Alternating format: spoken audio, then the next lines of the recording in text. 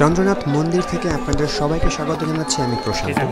গত ভিডিওতে আমরা দেখানোর চেষ্টা করেছি আমরা কিভাবে চন্দ্রনাথ পাহাড়ের সর্বোচ্চ চূড়া তথা চন্দ্রনাথ ধাম পৌঁছেছিলাম এবং চন্দ্রনাথ পাহাড়ের ওপর থেকে দেখানোর চেষ্টা করেছি কিছু সুন্দর ভিউ এবং আমরা চন্দ্রনাথ যে ধাম বা চন্দ্রনাথ মন্দির সেই মন্দিরের ভেতরের অংশ দেখানোর চেষ্টা করেছি। এটা মূলত একটি শিব মন্দির। তো আজকে আমরা আপনাদেরকে দেখানোর চেষ্টা করব আমরা কিভাবে চন্দ্রনাথ পাহাড়ের সর্বোচ্চ চূড়া তথা চন্দ্রনাথ ধাম থেকে নিচে নেমে আসছি। তো চলুন ভিডিওটি শুরু করা যাক।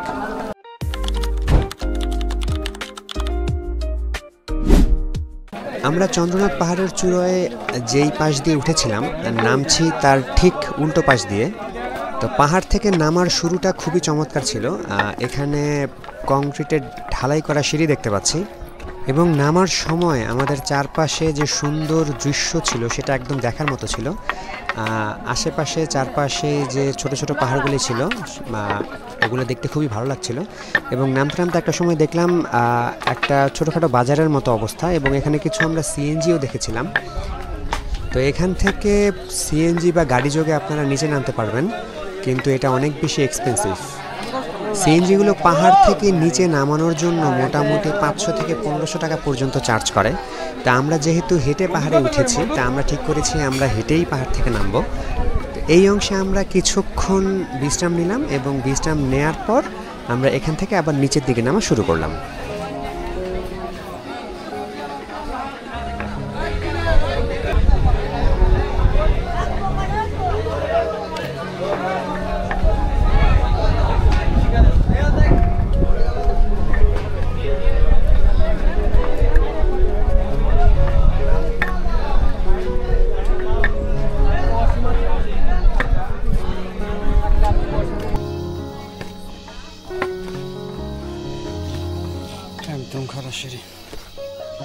পাহাড়ের এই অংশে সিঁড়িগুলি যথেষ্ট খাড়া।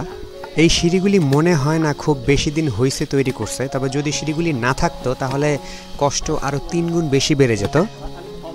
একটা কথা, চন্দ্রনাথ পাহাড়ে কিন্তু প্রচুর বাদর আছে। তো আপনারা যখন পাহাড় থেকে নামবেন তখন আসলে প্রচুর বাদরের দেখা পাবেন, যেমনটা আমিও পেয়েছিলাম। এবং এরা কিন্তু মানুষের হাত থেকে খাবার নিয়ে খাবার খায়।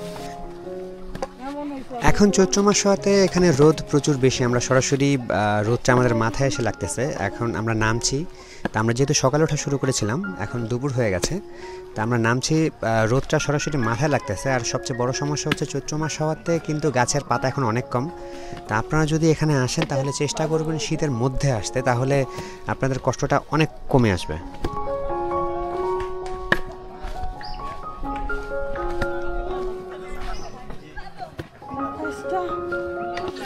এখানে দেখছি কিছু পর্যটক বাদরকে খাবার দিচ্ছে এবং বাদর সেটি নিচ্ছে এবং খাচ্ছে। তবে এখানকার বাদরগুলো কিন্তু উগ্র স্বভাবের না, এটা খুব ভালো লাগলো।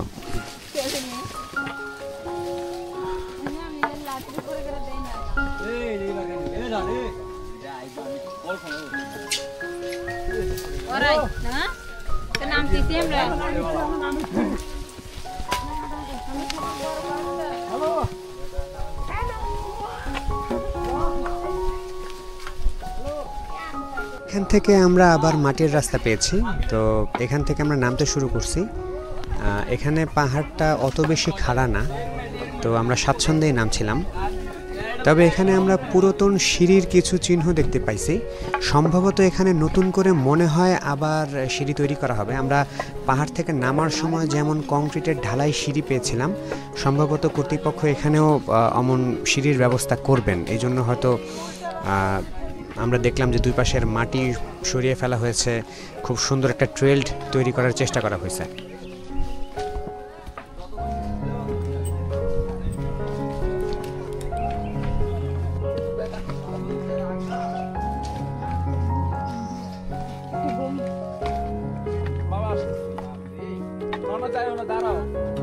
সবাই দাঁড়া।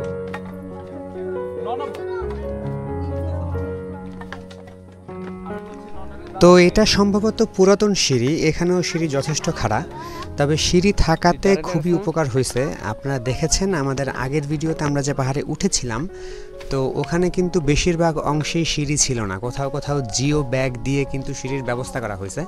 তো ওঠার চেয়ে নামার সিঁড়িগুলি যথেষ্ট চমৎকার, যদি একটু খাড়া তবে চমৎকার।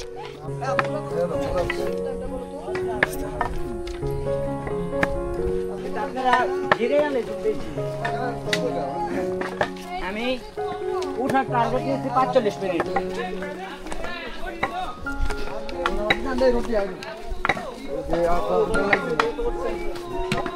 হ্যাঁ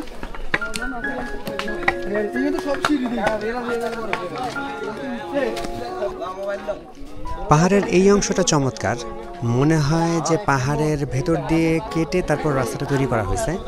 তো নামার সময় খুব ভালো লাগে, দুপাশে খাড়া পাহাড় দেখা যায়। তো সবাই একটু চেষ্টা করে যে হাতের লাঠি দিয়ে একটু টুকে দেখার জন্য এটা কি মাটি নাকি পাথর। বিষয়টা আমার কাছে খুব মজা লাগছে।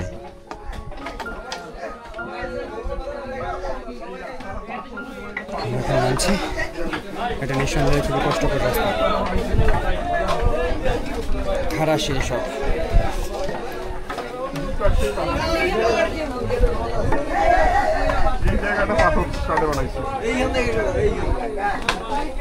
রোদ আছে তো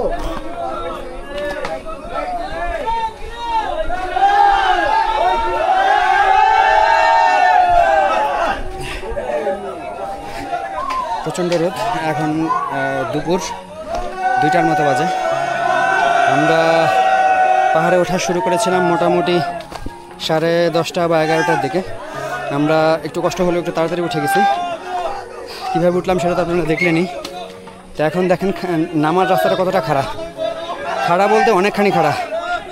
আমার উপরে দেখতেছেন লোকজন নামতেছে, আর নিচের রাস্তা দেখেন, এটা কিন্তু একদম খাড়া। ক্যামেরায় কেমন কি বোঝা যায় সেটা আমি জানি না, তবে অ্যাকচুয়ালি খুব খাড়া। প্রচুর লোক আসছে, ইয়াং ছেলে বলে অনেক বেশি। এরা আসলে মাস্তি করতেছে, এরা একটা এন্টারটেনমেন্টের অংশ হয়ে দাঁড়াইছে। যাই হোক, এখানে প্রচণ্ড রোদ। আমরা নামি, কতক্ষণ নামতে হবে আমরা ঠিক জানি না, দেখা যাক। হ্যাঁ ভাই, দৌড়া নামেন ভাই, একটু সাবধানে ভাই, পা ফসকালে কিন্তু নিজে পড়বেন আর কয়েকজনকে লয়ে পড়বেন।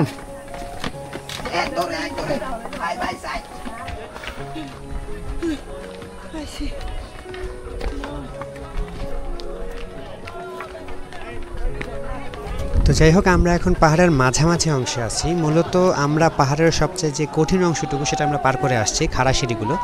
এখান থেকে আমরা নামবো, তো নামার অংশটুকু মনে হয় পেছনের অংশ থেকে একটু সহজ হবে।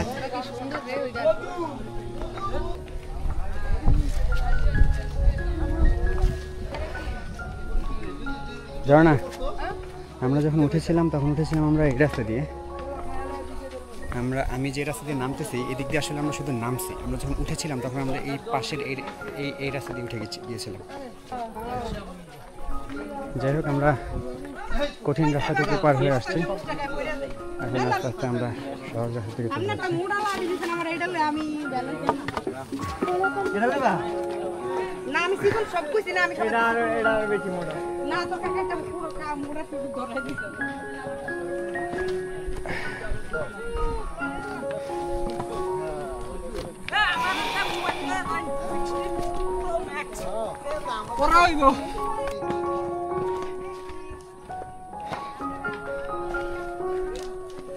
প্রায় কাছাকাছি নেমে আসছি। নামার রাস্তাটা ভয়াবহ ছিল, একদম খাড়া খাড়া সিঁড়ি ছিল। তবে খাড়া খাড়া সিঁড়ি হয়তো নামতে আরও সুবিধা হয়েছে, তবে যদি কেউ ভুল করে ওই রাস্তায় উপর ওঠা শুরু করে তাহলে কষ্ট দ্বিগুণ হয়ে যাবে। চন্দ্রনাথ পাহাড়টি ধরতে গেলে প্রায় পুরোটাই মন্দির। আপনি পাহাড়ের বিভিন্ন জায়গায় বিভিন্ন ধরনের মন্দির দেখতে পাবেন। আমরা যে চন্দ্রনাথ পাহাড়ের একদম চূড়াতে উঠেছিলাম সেখানে ছিল শিব মন্দির, এবং এর বিভিন্ন ধাপে কিন্তু বিভিন্ন ধরনের মন্দির ছিল। তো যারা পাহাড়ে ওঠার ভিডিওটি দেখেননি তারা আই বাটনে প্রেস করে দেখে আসতে পারেন। আমি ঠিক উপরে আই বাটনে পাহাড়ে ওঠার ভিডিওটা দিয়ে রাখবো।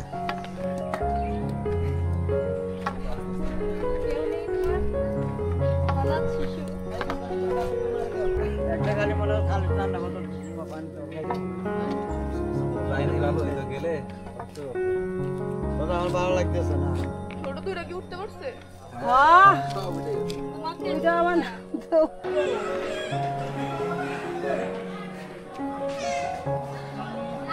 চন্দ্রনাথ পাহাড়ে ওঠার শুরুতেই এই মন্দিরটি সামনে পড়ে। তো আমরা পাহাড়ে ওঠার সময় এই মন্দিরে ঢুকতে পারিনি, কেননা আমরা চিন্তা করেছিলাম যে আগে পাহাড়ে উঠি, ওখান থেকে নেমে তারপর মন্দিরটি দেখব। তো ওঠার সময় অতিরিক্ত এক্সাইটমেন্টে মন্দিরটি দেখিনি, আর নামার সময় যেটা হয়েছে আমরা খুবই ক্লান্ত। তো ক্লান্ত থাকার কারণে মন্দিরটি ওভাবে ঘুরে দেখা হয়নি। তো আমরা যতটুকু দেখেছি বা দেখতে পেরেছি আমরা চেষ্টা করেছি আপনাদেরকে এটা দেখানো।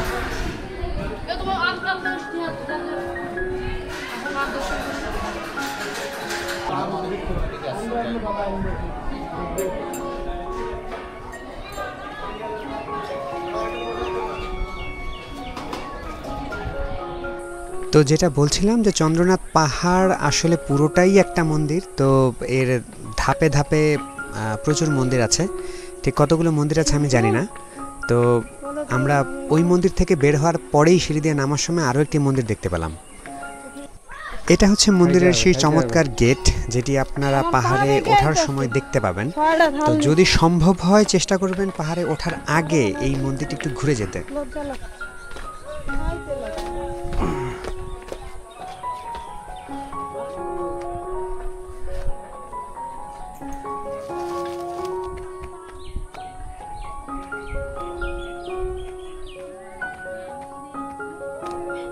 তো চন্দ্রনাথ পাহাড়ের মোটামুটি যতটুকু দেখা সম্ভব আমরা দেখে এসেছি। এখন শুধু বাকি থাকে এই এলাকাটা যে নামে সীতাকুণ্ড, সেই সীতার মন্দিরের দিকে আমরা যাচ্ছি।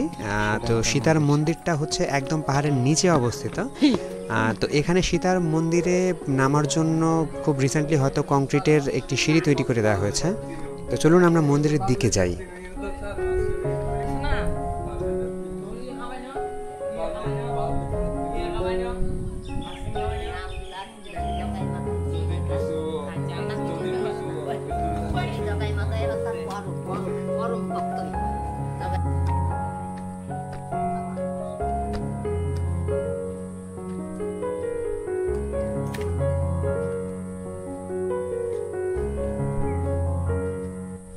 তো এই ছিল আজকের ভিডিও। সবাইকে ধন্যবাদ জানাচ্ছি কষ্ট করে ভিডিওটি দেখার জন্য। চ্যানেলটি সাবস্ক্রাইব করে রাখবেন এবং লাইক কমেন্ট শেয়ার করে আমাদেরকে পরবর্তী ভিডিও তৈরি করার জন্য অনুপ্রাণিত করবেন। ধন্যবাদ।